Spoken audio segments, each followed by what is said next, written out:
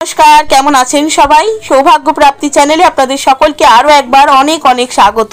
আজ আবারও চলেছি নতুন আরেকটি ভিডিও নিয়ে, যেখানে আমি আপনাদেরকে জানাবো একটা বিশেষ দিন, যেই দিন সামান্য একটি ক্রিয়া যেটি করে আপনারা কিন্তু পিতৃদোষের মতন বড় দোষের হাত থেকে মুক্তি পেতে পারেন।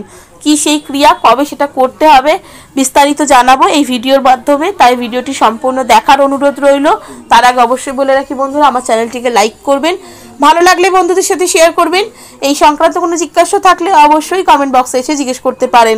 সাবস্ক্রাইব করে বেল বাটনটা প্রেস করে রাখবেন, যাতে আমি যখনই নতুন কোনো ভিডিও দিই না কেন সেটা সরাসরি আপনার কাছে পৌঁছে যায়। তো চলুন বন্ধুরা, ভিডিওটা শুরু করি।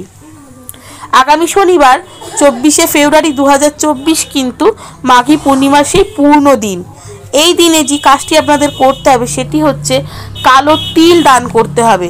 শনি সংক্রান্ত কোনো সমস্যা থাকলে তার হাত থেকে কিন্তু আপনারা বিশেষ উপকার পাবেন। আর যেটি করতে হবে সেটি হচ্ছে শ্রীহরিকে কালো তিলের অভিষেক করতে হবে। পিতৃদোষের হাত থেকে আপনারা মুক্তি পাবেনই। 3 নম্বর উপায়টি হচ্ছে মাঘী পূর্ণিমার দিন যখন আপনারা স্নান করবেন, প্রথম যে জলে স্নান করবেন সেই জলটি হতে হবে তিলের ভেজানো। অর্থাৎ প্রথম যে জলটি আপনারা নিজের শরীরে স্পর্শ করাবেন সেটা তিল জল হতে হবে। জলে তিল ফেলে প্রথম সেই জলটি দিয়ে স্নান করুন। তারপরে শ্যাম্পু সাবান যা আছে যেটা ব্যবহার করতে আপনারা ইচ্ছা সেটা করতে পারেন।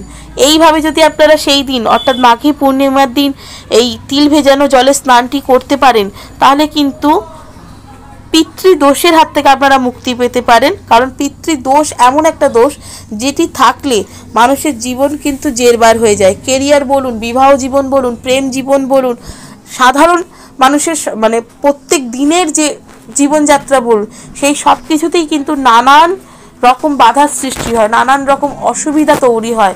সেই সকল অসুবিধার হাত থেকে মুক্তি পেতে, পিতৃদোষটাকে কাটাতে এবং পূর্বপুরুষদের আশীর্বাদ পেতে মাঘী পূর্ণিমায় কিন্তু অত্যন্ত গুরুত্বপূর্ণ একটি দিন, যেদিন আপনারা এই ছোট্ট ক্রিয়াটি করলে এই পিতৃদোষের মতন দোষের হাত থেকে আপনারা মুক্তি পেতে পারেন। তাই অবশ্যই চেষ্টা করবেন স্নানের প্রথম জলটিতে তিল দিয়ে স্নান করার।